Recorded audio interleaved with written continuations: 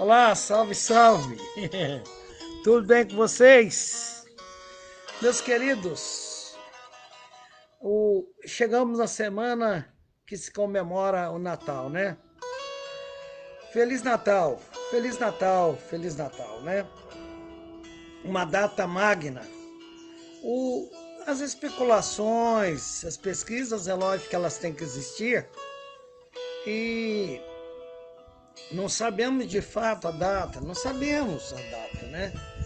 Mas a grande essência do Natal é que a vinda de Jesus à Terra, ele que deixou os céus, por tudo aquilo que nós sabemos dele, nossa, é algo muito contemplativo, é algo muito forte, né? De a pessoa saber que o Deus dos céus se esvaziou-se da sua glória e veio até a Terra. Isso é algo muito lindo, muito lindo.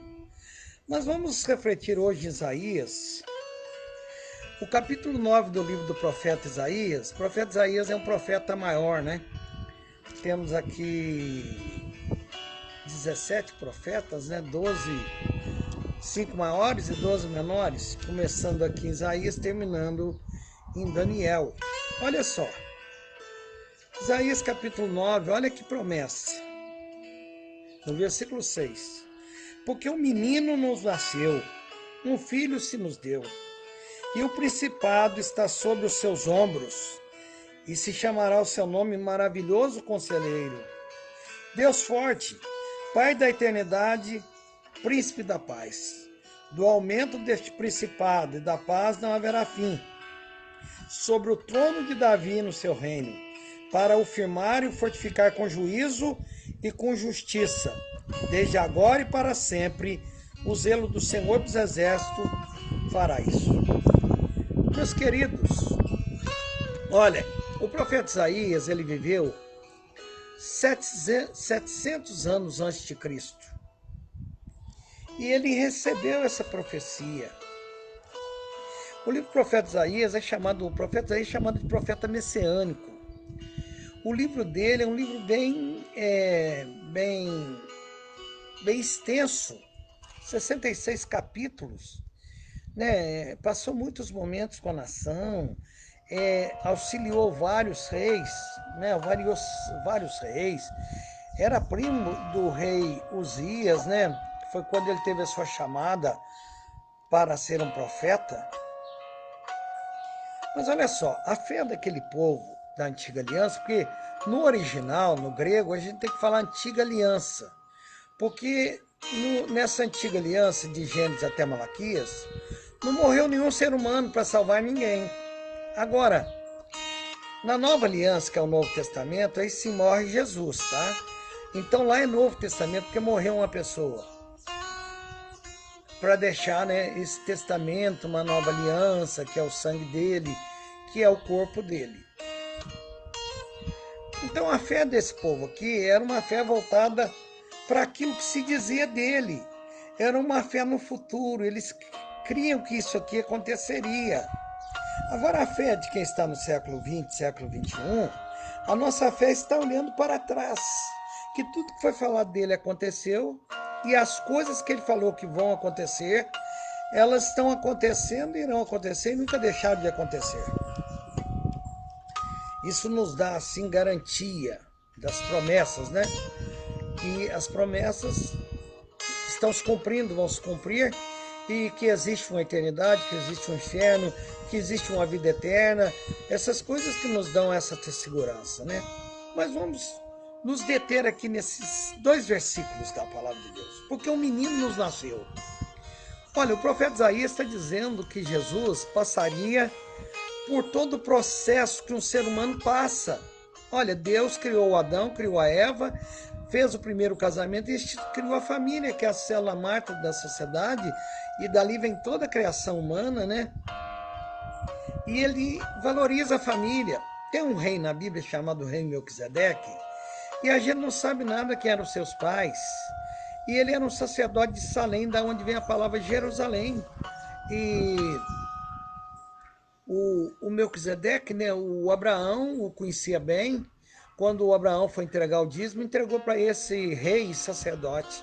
E o rei selou esse encontro com vinho e com pão. Interessante, né? Já fazendo uma alusão à ceia do Senhor. Que coisa maravilhosa, coisa esplêndida, né? Mas o rei Melquisedeque, a Bíblia diz que ele não tem genealogia, quer dizer, não se é conhecido. Jesus poderia ter vindo ao mundo de diversas formas. Poderia ter aparecido do nada. Deus poderia ter mandado a sua palavra de qualquer outra forma. Ter mantido o que ele fazia no início, ele falava através dos anjos, falava através dos sonhos, né? Mas ele fez uma opção de prestigiar a família e de dizer que um menino nos daria. Já olha, dizendo que era um menino. O nosso Salvador seria do sexo feminino, seria um menino, seria um homem. Depois aí, na 53, vai dizer que ele era um homem de dores, né? Que ele sabia o que era padecer. A profissão dele de carpinteiro era uma profissão dura, né? Um filho se nos deu. Olha, qual que foi a relação de Jesus com Deus Pai? Foi a relação de filho e pai. Ele chamava Deus de pai, ele tentava ensinar ao homem a buscar uma filiação com Deus, porque o homem não é filho, o homem não nasce filho de Deus. O homem nasce criatura de Deus. E aí, quando ele aceita Jesus como Salvador pessoal, ele passa também a ter Deus como seu Pai. Na oração do Pai Nosso, ele ensina o homem a querer ter uma filiação com Deus. Mas a relação dele é de filho e pai. Tem hora que Jesus não quer certas coisas, mas ele pergunta ao Pai. Ele chama pelo Pai, né? Nas últimas palavras na cruz, ele diz: Pai, eu te entrego meu Espírito. E Deus, quando falava, dizia: este é o meu Filho amado, em quem eu me comprazo, em quem eu tenho prazer. Uma relação, né, de pai e filho. E diz que o principado está sobre os seus ombros. Olha só, ele ia ter poder, né? Ele era o rei, né? Ele é um rei, né? O rei não se resume nas roupas, o rei não se resume na coroa, né? O rei se resume no poder que ele detém, né? No conhecimento que ele tem. E Jesus tinha poder, tinha sabedoria, tinha tudo sobre o seu controle. Inclusive, a figura da morte dele é a do cordeiro, né? Não vai gritar, não vai espernear, não vai se defender, porque é necessário que ele morra pelos nossos pecados. E agora vai dar um punhado de qualidades à pessoa dele. Diz: e se chamará o seu nome. Olha, aqui nessa Bíblia que está com a vírgula, maravilhoso, vírgula, conselheiro, mas eu já peguei várias traduções, várias explicações. A explicação é que ele seria maravilhoso conselheiro sem vírgula. Interessante, né? Ajuntou aí dois adjetivos, né? Numa frase só. Se tivesse colocado um artigo, né? Aí o maravilhoso seria um substantivo. Mas olha só, ele não seria só maravilhoso como ser humano. Ele não seria só maravilhoso em revelar-se Deus. Mas ele seria uma pessoa maravilhosa mesmo. E outra coisa, ele era maravilhoso em dar conselhos. Os conselhos dele não deixavam dúvidas. Ele não traía sua consciência. Ele colocava o seu pescoço ao risco de morte, mas ele não traía sua consciência, não traía o seu amor. Em João capítulo 8, a Bíblia diz que uma mulher foi pega em flagrante adultério. Ela era casada, foi pega em flagrante. Então ela estava seminua ou estava nua e a multidão o trouxe, né? Aquele povo queria pegá-lo de qualquer jeito mesmo, né? Aquela trama de matá-lo, mataria de qualquer jeito, né? E ele estava escrevendo na areia, o povo chegou bravo, o povo chegou, a turma chegou, né, assim, brava, querendo matar, querendo resolver, mas quando uma pessoa está muito nervosa, muito agitada, ela não ouve. Então, eles falaram: Senhor, na lei de Moisés, manda apedrejar. E eles diziam que Jesus pregava uma nova doutrina, um novo jeito de entender as doutrinas, um novo jeito de entender a lei de Moisés, né? Mas ele continuou escrevendo. Por quê? Para esperar acalmar os ânimos. Agora, seria muito vantajoso ele dizer, olha, gente, vocês têm razão. Por favor, podem apedrejar essa mulher também. Mas ele não se traía, ele não traía o seu amor. Ele não traía os seus ideais de vida, né? Ele falou, olha, eu quero dizer uma coisa, quem não tiver cometido este pecado, atire a primeira pedra. E a história é muito sensível, porque as pessoas começam a jogar as pedras dos mais velhos até os mais novos. Porque quanto mais velho a gente viveu, mais a gente pecou, mais a gente errou, mais a gente se decepcionou. Olha, Jesus era maravilhoso conselheiro, olha as coisas que ele disse. Ele usou a mesma terminologia que Deus usou quando mandou Moisés ir lá no Egito tirar o povo. O Moisés perguntou, quando eles perguntarem qual é o teu nome, o que eu digo? Ele diz, olha, você diz o seguinte, o eu sou me enviou a vós, usou o verbo ser. E Jesus disse, eu sou a porta, eu sou o caminho, eu sou a verdade, eu sou a vida, eu sou o bom pastor, eu sou a luz do mundo. Ele usou o mesmo verbo para si mesmo. Né? O filho de peixe é peixinho, ele era filho de Deus, ele era Deus também, ele é Deus também. Não se privou de ser 100% homem e 100% Deus, né? Nasceu de uma maneira milagrosa, né? Nasceu através de uma mãe que era virgem, né? Tudo nele foi muito interessante, né? E olha, ele será chamado maravilhoso conselheiro. Ele disse, olha, talvez você não tenha a casa que você gostaria de ter nessa terra, tem pessoas que nem podem comprar casas, vivem a vida toda de aluguel, né? Vão em casas de amigos, né, às vezes. Ele disse, olha, não se turbe o vosso coração, lá em João 14, credes em Deus, credes também em mim, na casa do meu pai há muitas moradas. Se não fosse assim, eu vou lhe teria dito, e eu vou preparar o lugar, porque onde quer que eu esteja, vocês estarão comigo também. Olha, você, né, que tem tanta luta na sua vida, se você é um cristão, sabe o que ele diz lá em Isaías? Ele diz, olha, toda ferramenta preparada contra ti não prosperará. Se você está procurando um grupo de pessoas que o sirva, ele disse, olha, eu sou a videira verdadeira e vocês são as varas. E ele diz, aqueles que são ligados em mim dão fruto, dão muito fruto, né? Está falando da parreira. Ele é o tronco, ele diz que o pai é o agricultor, é o viticultor, é o que cuida, é o que poda, é o que doutrina, né? Mas nós somos vara, a vara tem que parecer com o tronco, por isso que o cristão, ele procura identidade em Jesus. Nós estamos vendo uma crise de identidade, né? As pessoas não sabem quem elas são, as pessoas não sabem em quem elas creem, elas não sabem mais nada, nós estamos em crise de identidade. Elas às vezes estão no grupo e não sabem o que aquele grupo pensa, né? E vive. Mas maravilhoso conselheiro, né? Pedro um dia em Israel era acostumado a perdoar 3 vezes por dia. E aí Pedro um dia vai fazer uma média com Jesus e diz, Senhor, será que eu devo perdoar 7? Jesus disse, não, Pedro, você não deve perdoar 7, você deve perdoar 70 vezes 7, dá 490 vezes. A gente fica dormindo 8 horas e fica em pé 16, vai dar um perdão de 2 em 2 minutos. Né? Você imagina, ele falou, se alguém bater na tua face direita, uma pessoa vai bater na face sua direita, tem que ser canhoto. Porque é difícil encontrar alguém que bata com a esquerda, mas ele manda dar direita. Sabe o que é a face direita? É não criar raivas permanentes na vida das pessoas, né? Criar ódios, né? Às vezes a gente perde a vida, tudo bem, a gente foi magoado, a gente foi massacrado, a gente foi moído também, mas o que adianta?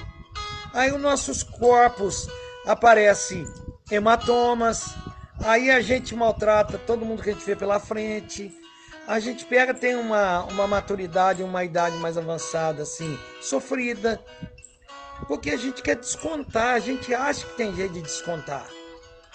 Olha, quem não perdoa dorme com o inimigo. Ele era maravilhoso conselheiro, né?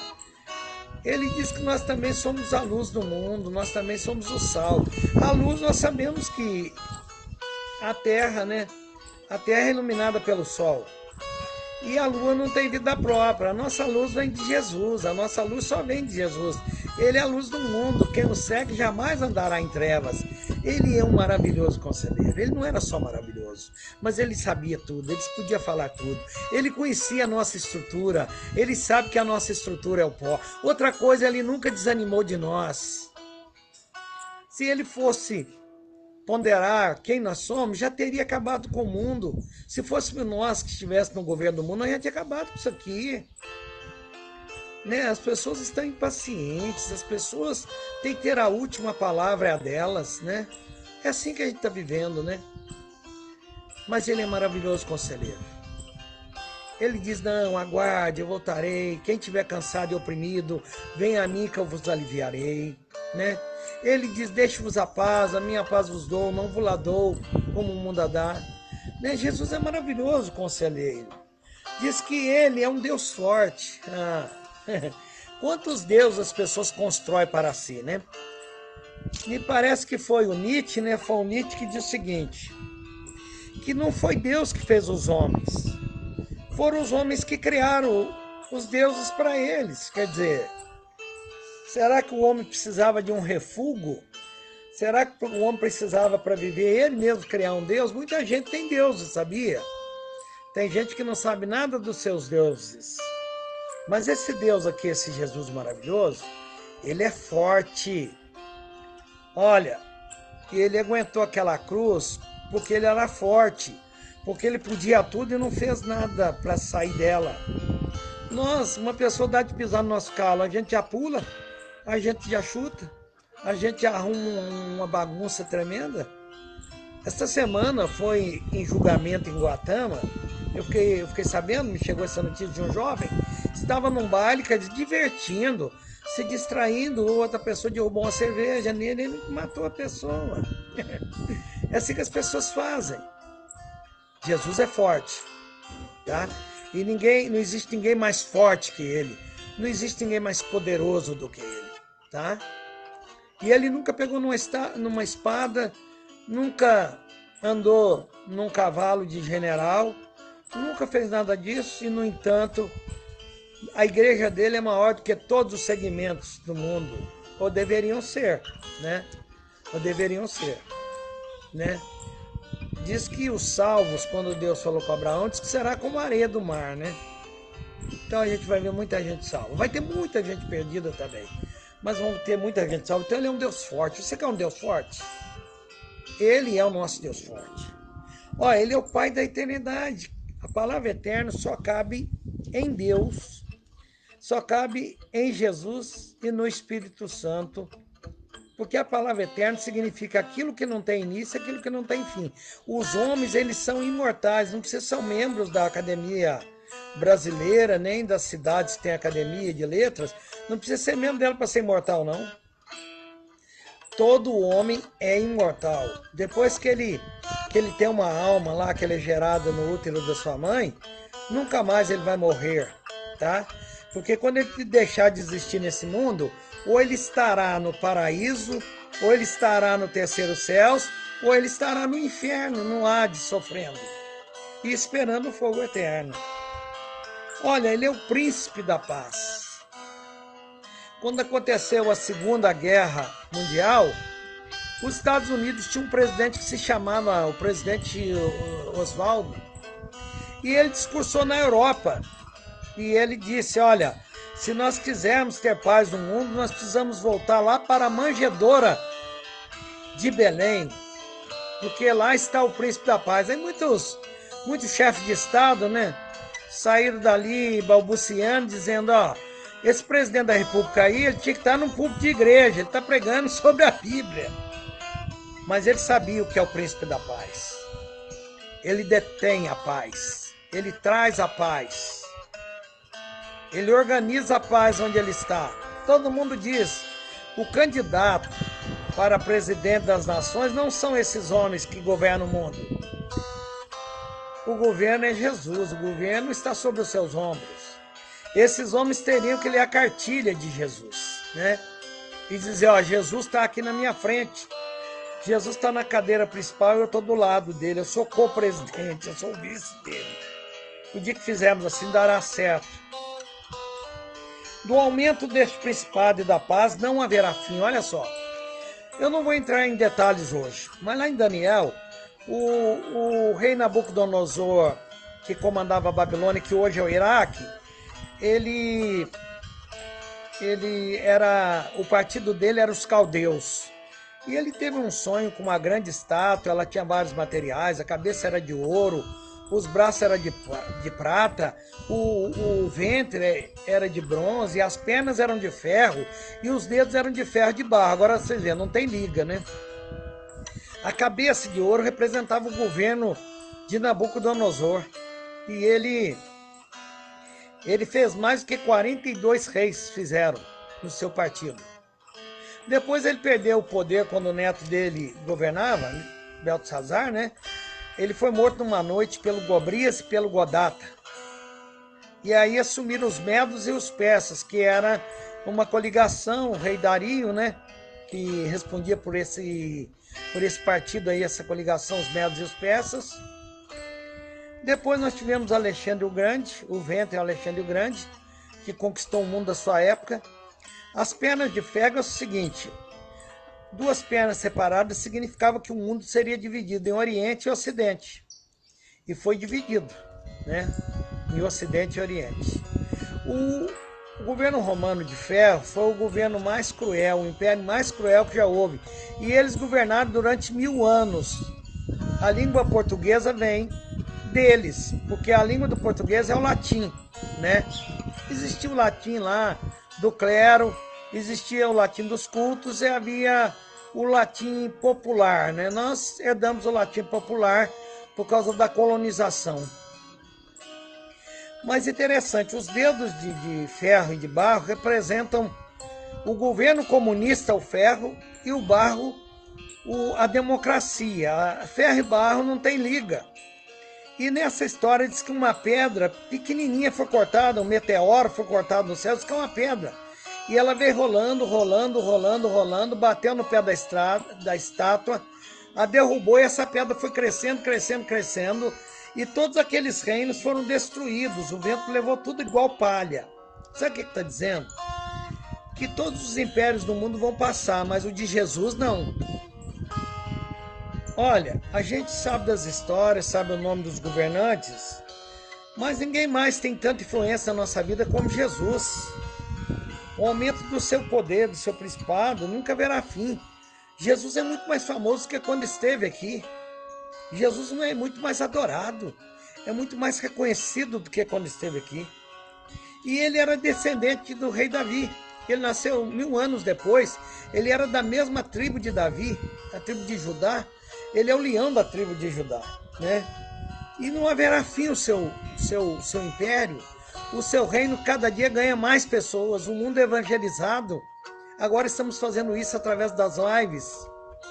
Olha, é Natal, né? Não esqueça do aniversariante, não esqueça de Jesus, ele é maravilhoso.